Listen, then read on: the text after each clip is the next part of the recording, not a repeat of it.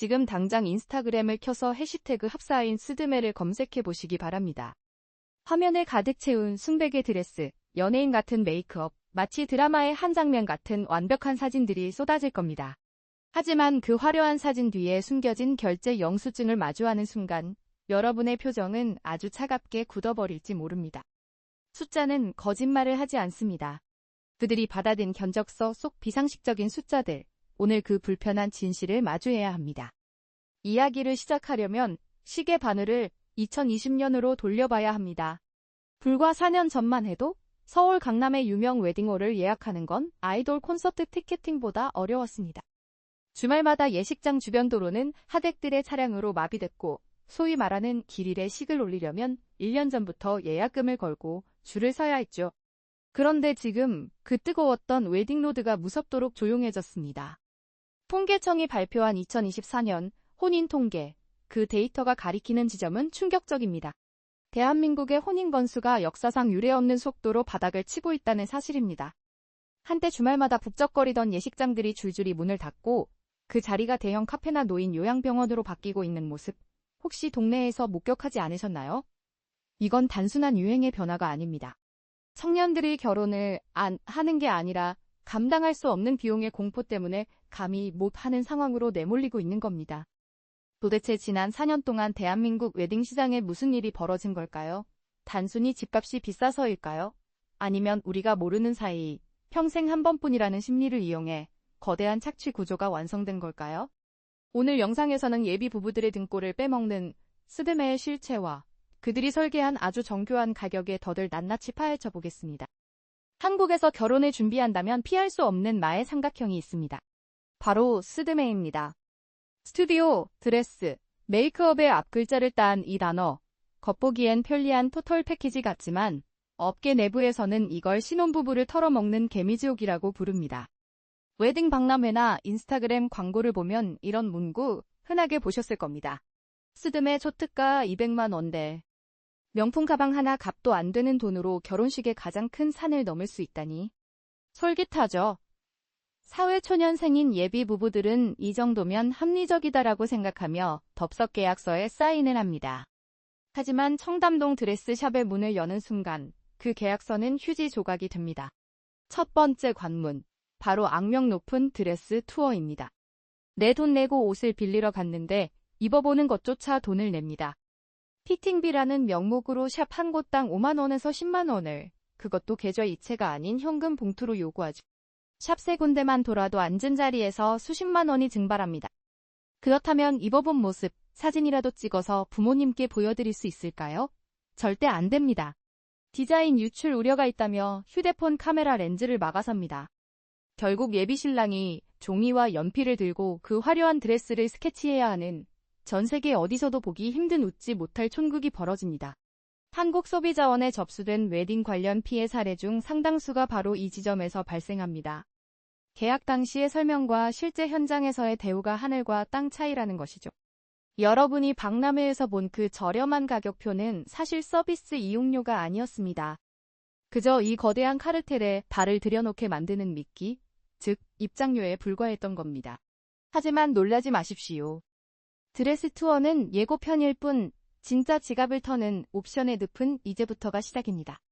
가장 먼저 터지는 지뢰는 바로 악명 높은 원본비입니다. 스튜디오 촬영을 마쳤습니다. 수백 장의 사진을 찍었죠. 그런데 내 사진을 내가 가질 수 없습니다. 왜냐고요? 원본 데이터는 별도 구매니까요. 보통 44만 원, 비싼 곳은 그 이상을 부릅니다. 만약 난 원본 필요 없어요 라고 거절하면 어떻게 될까요? 앨범에 들어갈 사진을 내가 고를 수 없습니다. 작가가 임의로 고른 사진만 받아야 합니다. 내 돈 내고 찍은 내 얼굴인데 파일을 받으려면 또 돈을 내야 하는 기이한 구조. 한국소비자원의 조사 결과 웨딩 업체의 대다수가 이 원본비를 필수 옵션이라는 이름으로 강매하고 있었습니다. 하지만 이건 예고편에 불과합니다. 촬영 당일 신부님의 드레스를 잡아주고 매무새를 고쳐주는 헬퍼 이모님이 등장합니다. 물론 필수 인력입니다. 드레스는 혼자 입을 수 없으니까요. 그런데 이 헬퍼 비용, 스드메 패키지 값에 포함되어 있을까요? 천만의 말씀입니다. 현장에서 현금으로, 그것도 봉투에 담아서 드려야 합니다. 보통 20만 원에서 25만 원. 만약 촬영이 1시간이라도 늦어지면요? 바로 추가 비용이 붙습니다. 강남 청담동 숍에서 새벽 6시에 메이크업을 시작한다고요? 그럼 얼리 스타트, 이얼리 스타트, 비용을 또 내야 합니다. 드레스 투어비, 피팅비, 위약금, 수정본 비용, 액자 업그레이드 비용. 숨만 쉬어도 돈이 나갑니다. 처음에 200만 원이면 다 됩니다 라고 했던 달콤한 말은 온데간데 없고 정신을 차려보면 영수증에는 400만, 500만 원이 찍혀 있습니다. 소비자들이 바보라서 당하는 걸까요? 아닙니다. 이들이 노리는 건 바로 우리의 불안 심리입니다. 비싸다고 항의하려고 하면 업체 측은 마법의 주문을 외웁니다. 신부님, 평생에 딱 한 번뿐인 날이잖아요. 이 말 한마디면 억울해도 지갑을 열 수밖에 없습니다. 남들 다 하는데 나만 안 하면 후회할까 봐, 내 결혼식이 초라해질까 봐. 그 불안함을 인질로 잡고 옵션이라는 가면을 쓴 채 강제로 지갑을 털어가는 것. 이것이 바로 대한민국 웨딩 시장의 옵션 매트릭스입니다. 자, 여기서 한 가지 강한 의문이 듭니다. 드디어 심판이 호루라기를 불었습니다. 공정거래위원회가 칼을 빼든 겁니다. 최근 공정위는 결혼준비대행업체, 일명 스드메 업체들의 불공정 약관을 시정하고 가격 정보를 투명하게 공개하라는 강력한 지침을 내렸습니다. 그동안 가격은 상담시 안내라며 꽁꽁 숨겨왔던 영업 비밀을 다 까발리라는 겁니다. 심지어 계약 해지 시 과도하게 부과되던 위약금 조항이나 필수라고 우기던 온갖 옵션 끼워 팔기 관행에도 제동을 걸었습니다. 늦었지만 이제야 비정상의 정상화가 시작된 셈이죠. 그런데 왜 하필 지금일까요? 그리고 왜 이토록 가격 공개가 어려웠던 걸까요? 단순히 업체들의 욕심 때문일까요? 아닙니다. 여기서 우리는 한국 웨딩 시장의 기형적인 유통구조, 바로 웨딩 플래너 시스템을 직시해야 합니다. 한국에서 결혼 준비는 플래너 없이는 거의 불가능한 구조로 짜여 있습니다. 문제는 이 플래너가 단순한 조력자가 아니라는 점입니다. 드레스샵, 스튜디오, 메이크업 샵이 플래너에게 고객을 데려오는 대가로 건네주는 일종의 소개비, 즉 리베이트가 이 시장을 움직이는 진짜 엔진이었습니다. 소비자가 지불하는 돈에는 이미 이 거대하고 불투명한 수수료가 덕지덕지 붙어 있었던 겁니다. 가격이 투명하게 공개되는 순간 이 복잡한 커미션 구조가 드러날 수밖에 없으니 그동안 필사적으로 가격표를 숨겨왔던 것이죠. 결국 정부의 이번 조치는 단순히 가격표를 붙여라내는 행정명령을 넘어 수십 년간 이어져 온 웨딩업계의 땅감이 카르텔을 겨냥한 것입니다. 하지만 법이 바뀌었다고 현장이 바로 바뀔까요? 정부의 규제와 시장의 관성이 충돌하는 지금 웨딩업계는 폭풍전야입니다. 자, 여기서 우리 솔직해져 봅시다. 과연 이 모든 게 돈독 오른 웨딩 업체들의 탐욕 때문일까요? 아닙니다. 가격표에 0이 하나 더 붙어도 기어이 그 카드를 긁게 만드는 진짜 범인은 따로 있습니다. 바로 한국 사회를 지배하는 지독한 비교 문화, 체면입니다. 한국에서 결혼식은 두 사람의 축제가 아닙니다. 냉정하게 말해 집안의 세를 과시하는 거대한 쇼케이스이자 부모님의 비즈니스의 정산날이죠. 신부들 사이에서 암묵적으로 통하는 국룰이 뭔지 아십니까? 평생 한 번뿐인데 남들만큼은 해야지. 바로 이 남들만큼이라는 말이 신혼부부의 통장을 갉아먹는 가장 무서운 주문입니다. 스튜디오 사진이 모바일 청첩장에 들어가고 그 사진이 친구들의 카카오톡 프로필과 인스타그램 피드에 박제되는 순간 결혼은 행복이 아니라 스펙 경쟁으로 변질됩니다. 결국 스드메 등급은 계급장이 되어버렸습니다. 업체들은 이 심리를 아주 교묘하게 파고듭니다. 신부님, 이 라인은 블랙라벨이라 추가금이 붙는데 친구분들이 보시면 딱 알아요. 이 한마디면 게임 끝입니다. 내가 원해서가 아니라 남들이 알아봐 주길 원해서 지갑을 엽니다. 마치 오플런을 해서라도 샤넬 백을 사야 직성이 풀리는 심리와 똑같죠. 수천만 원짜리 식장과 명품 드레스. 도대체 이게 누구를 위한 결혼식입니까? 우리가 지금 사고 있는 건 부부의 미래가 아니라 하객들에게 보여주기 위한 30분짜리 허영심일지도 모릅니다. 일본의 1980년대 버블 경제 절정기. 그들의 결혼식은 지금의 한국 강남보다 더하면 더했지 덜하지 않았습니다. 하객 500명은 기본이고 신부는 피로연 도중 옷을 4-5번씩 갈아입으며 천장에서 곤돌라를 타고 내려오는 그야말로 돈 잔치였습니다. 하지만 거품이 터지자마자 시장은 아주 냉혹하게 보복했습니다. 화려함의 끝에서 일본 청년들은 무엇을 선택했을까요? 바로 나시혼, 즉 아예 식을 올리지 않거나 지미혼, 집이혼이라 불리는 아주 수수하고 검소한 결혼으로 급선회했습니다. 보여주기식 커리어식이 경제적 충격 앞에서 얼마나 무의미한지 깨닫는 데는 그리 오랜 시간이 걸리지 않았던 겁니다. 자, 다시 한국으로 돌아와 봅시다. 우리도 최근 스몰 웨딩이라는 단어가 유행하고 있죠. 그런데 한국의 스몰 웨딩, 진짜 스몰 맞습니까? 이름만 스몰이지. 하객 수만 줄이고 꽃장식과 식대 단가는 오히려 천정부지로 올려버린 기형적인 프리미엄 스몰이 판을 치고 있습니다. 일본이 거품을 빼고 실속을 챙기는 방향으로 갔다면 우리는 규모만 줄인 채 여전히 남들 눈을 의식한 비싼 가격표를 고집하고 있다는 뜻입니다. 일본이 겪은 결혼 산업의 몰락과 변화, 지금 대한민국은 그 전철을 밟는 것을 넘어 브레이크 없이 엑셀을 밟으며 절벽을 향해 질주하고 있는 건 아닌지 묻고 싶습니다. 우리는 흔히 230세대를 3포세대라고 부릅니다. 연애, 결혼, 출산을 포기한 세대. 그런데 이들이 정말로 원해서 포기한 걸까요? 천만에요. 하고 싶어도 못하는 겁니다. 이미 집값 폭등으로 숨이 턱끝까지 차오른 상황에서 결혼식이라는 인생의 제2막 입장료마저 수천만 원대로 치솟아 버렸으니까요. 청년들은 계산기를 두드려보고 아주 냉정한 결론을 내렸습니다. 이 게임은 가성비가 안 나온다. 그리고 조용히 바닥에 눕는 것, 즉 탕핑을 선택했습니다. 이 선택의 대가는 혹독합니다. 결혼을 안 하니 아이를 낳을 리가 없죠. 통계청의 데이터는 아주 섬뜩한 인과관계를 보여줍니다. 혼인 건수의 급격한 감소 그래프는 시차를 두고 출산율 절벽 그래프와 정확하게 일치합니다. 즉, 결혼업계의 배짱 장사가 쏘아올린 작은 공이 대한민국 인구구조라는 거대한 댐을 무너뜨리는 데 일조하고 있는 셈입니다.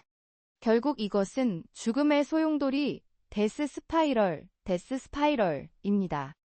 결혼 비용이 비싸서 결혼을 포기하고 결혼이 줄어드니 업계는 남은 손님에게 더 비싸게 받아내려 하고 그 가격을 보고 더 많은 청년이 도망가는 악순환. 스드메 탐욕이 황금알을 낳는 거위의 배를 가르다 못해 아예 거위의 씨를 말려버린 겁니다. 하지만 소비자들은 더 이상 바보가 아닙니다.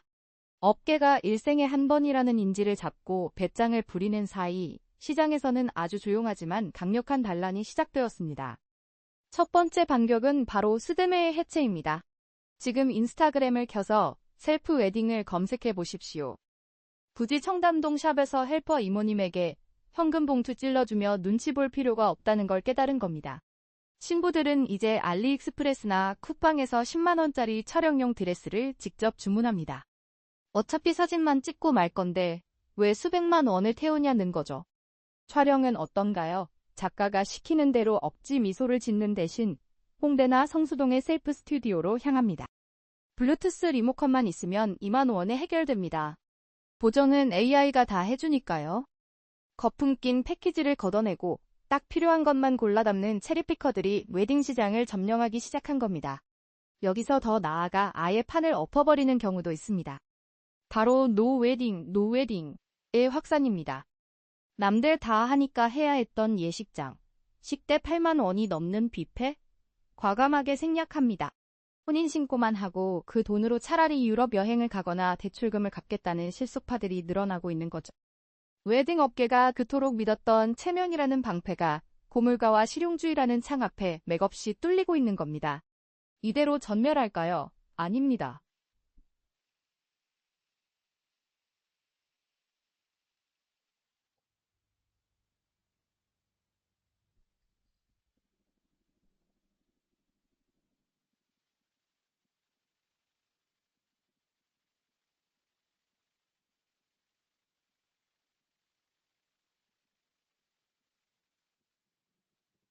또 안tun을 뚫쳐 털떡일로 따게 또게 또게 또게 또게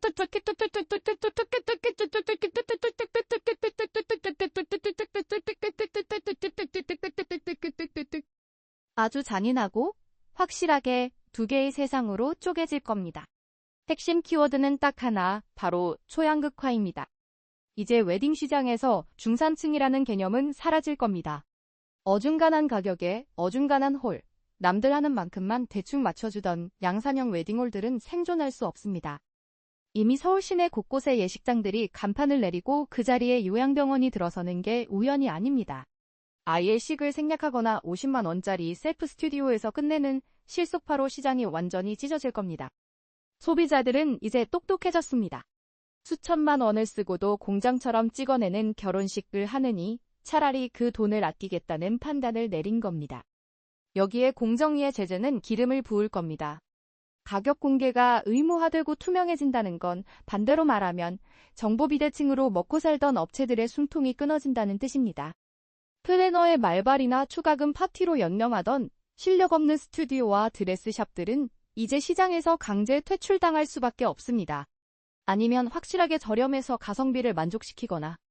자, 이제 마지막으로 정리해봅시다. 우리는 지금까지 스드메라는 화려한 이름 뒤에 숨겨진 가격의 배신, 그리고 청담동 웨딩거리의 불투명한 관행을 낱낱이 파헤쳐 봤습니다. 정부가 뒤늦게 칼을 빼들었고 공정위가 야권을 선보겠다고 나섰지만 이미 청년들의 마음은 차갑게 식어버렸습니다. 앞서 언급했듯 통계청의 혼인 건수 그래프가 바닥을 뚫고 내려가는 현상. 숫자는 거짓말을 하지 않습니다. 이것은 단순히 경제가 어려워서가 아닙니다. 남들만큼은 해야지라는 체면 문화와 그 불안 심리를 인지로 잡은 웨딩 업계의 배짱 영업에 대한 소비자들의 침묵 시위입니다. 지금 이 순간에도 강남의 웨딩드레스 쇼윈도는 눈이 부시게 빛나고 있습니다. 하지만 그 불빛 아래를 지나는 연인들의 표정은 어두울 수밖에 없습니다. 수천만 원짜리 식을 올리고 빚더미에 앉아 시작하는 결혼 생활. 결혼식은 하루지만 결혼 생활은 평생입니다. 보여주기 위한 30분의 예식을 위해 당신의 30년을 저당 잡힐 필요는 없습니다. 화려한 드레스와 웅장한 웨딩홀이 당신의 행복을 보증해주지 않는다는 사실, 이제는 인정해야 할 때입니다. 소비자들은 더 이상 바보가 아닙니다. 허울뿐인 일생에 한 번이라는 마케팅에 지갑을 열 것인지, 아니면 실속 있는 나만의 행복을 찾을 것인지. 이제 선택은 여러분의 몫입니다. 인스타그램의 화려한 피드가 아니라 당신의 통장을 보며 스스로 답을 내려보시기 바랍니다. 오늘 이야기는 여기까지입니다.